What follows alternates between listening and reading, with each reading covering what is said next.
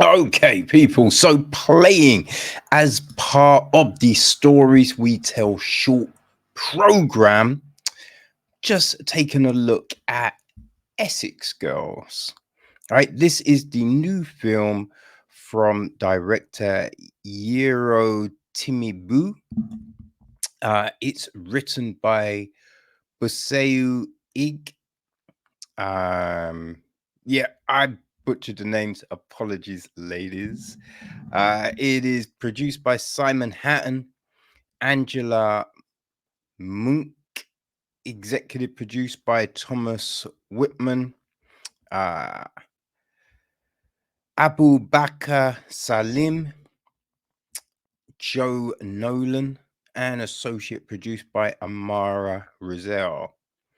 AG handled the music, Natalie Naf- Nathalie Peters, cinematography, Galina Chakorova edited the piece. Hannah Marie Williams was on casting. Phoebe Patman, production design. Art direction is Maureen Kagbu. Cynthia Lawrence John handled costume design. Hair and makeup, we've got Maisie Boyd, Chloe Louise Brady, AJ Jutler, Morgan Lashley, Anya McDivitt, Bianca Simone Scott, and Chloe Louise Brady. Oh, yeah, I said that name twice. Okay. All right, the cast. Uh, Buzu Ig, she also, as well as writing, she stars in it as Bizola. Her best friends, Saffron, played by Maisie Smith, and I think it's Charlie, played by Adriana Bertola. Right, we've got Ashley, played by Corina Brown. There's Ashley's friends, Ronk, um, played by, is that her friend? No, Ashley's friends are Tia, played by Christina Frempong, and Aisha, played by Rebecca Dyke. I think Ronk actually is Bisola's mum, right? And she is played by Tomi Ogunjobi. All right, we've got Mr. Flannery, played by Dan Gaisford. He is the arsehole teacher. There's Harry, played by Charlie Baker. Craig Webb is Callum, and Bruno Creon is Tom. So that is our cast. Now, the gist of things is this, right? So Essex Girls flips the trope of what an Essex Girl is, right?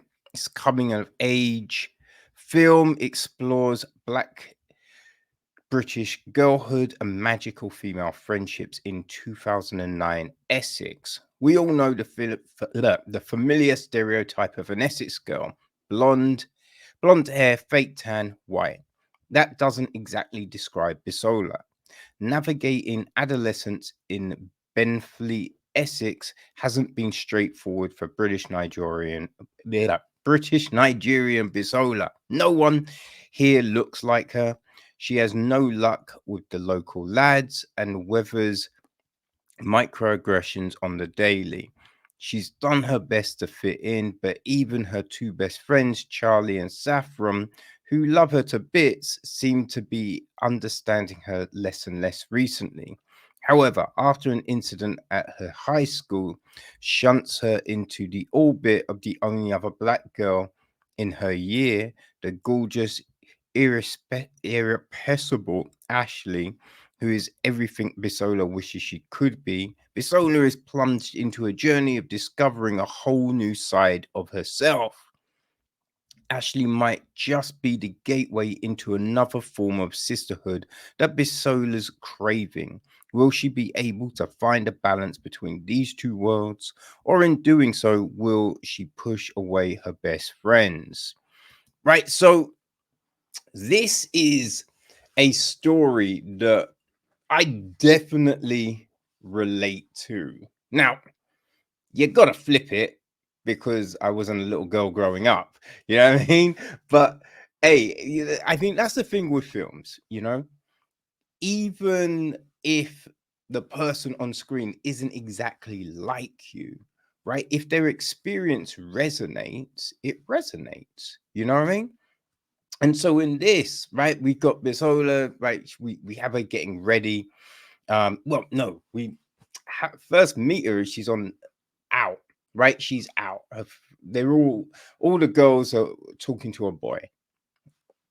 They're sitting on the beach talking to all these white boys, and everyone's having a good time. But Bisola, I think it's Harry she's talking to, and he is not being responsive. She's trying to push that conversation, and nothing is happening, right?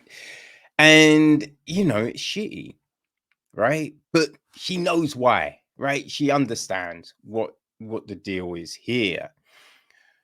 But I think you see that she's not confident enough to be able to voice that to her friends, you know? And like, even when they're like, they want to go out again. She doesn't want to do that again. Like, who would want to do that again? You know? So there's that. And the fact that her friends don't get it. Because when she's just like, I don't think he likes people like me, they're just like, huh? What? And that's the thing. When something isn't happening to you, sometimes you're oblivious to the ripples that are affecting other people. And that was so evident in this. And the thing, like, it's just 15 minutes, right? It's just 15 minutes, and we don't get these extensive backgrounds into the characters or how long they've been friends or anything like that. But the emotion is clear, right? These girls do a great job of portraying what's going on and just the emotional context of that. Right. So you get that she feels uncomfortable talking about this stuff to her friends. Then when this bullshit happens in class, which is clear racism, no one stands up to it. Right? No one stands up to it.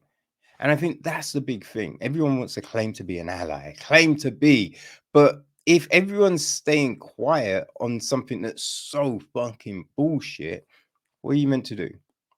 All right, what are you meant to do? But that incident does push Bisola and Ashley into the same orbit, right? So they get talking, and you just see this new side of Bisola when she's in a room with people that look like her. You know what I mean? Like, well, she feels a bit more comfortable. You can see that, but still, I mean, you can still see that she's carrying a lot of self-doubt, right? So, which is only natural, right? It's only natural, but you see her opening up more, right? And you just see how some positive affirmations really, invigorate her, which is great, right? So I think this, as again, it's 15 minutes, but it shows, right? It really shows what friendships can do to you, what someone in your corner can do for you.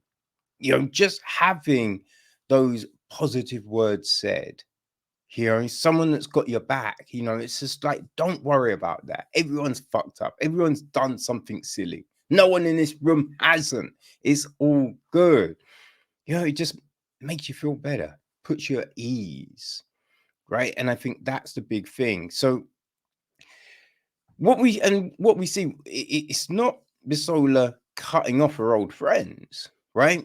But I think what you don't always understand growing up is your friends don't have to be everything, right? One group of friends doesn't have to be everything, you know? Like, you can get different things from different friend groups, right? There's the group of friends who, like, there was people I hung around with who liked playing computer games, who liked, playing friggin' Warcraft type stuff, Games Workshop, you know what I mean? Then there's other people that were more into football, that kind of stuff. So there was just different groups. So it's just like, it's all good. I know these people do this, these people do that. There's a group of friends who I used to go into town and hit all the jungle clubs, right? And do music shit. So it's just knowing that, right? And not expecting that one group to cover everything. And I think Bisola sees, by the end of this, she's seeing that, right? And I think that's going to enrich her life. So I think this is a really nice, well put together show. It really is, so tremendous promise from these ladies, and if you can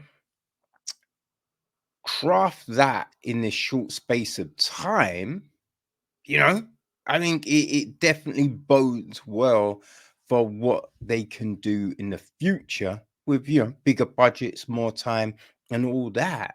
But just making more films of this length, man, that's gonna really, really help these girls, right? And yeah, it's gonna be interesting to see them grow and blossom, and I mean, where they go next. So, people, I definitely would recommend you checking out Essex Girls, because I think it says a lot. And I think something like this should be played in schools, right? I think something like this, play it in primary school. You know what I mean? Hey, yeah, because I think little kids will get a lot from that, you know? But yes, as mentioned, it is part of the stories we tell short block, right? Um, I'll see if I can find any other release information. I'll put that on the website. But if you see it, go check it out. Follow the girls on social media, all that jazz, people. Essex Girls.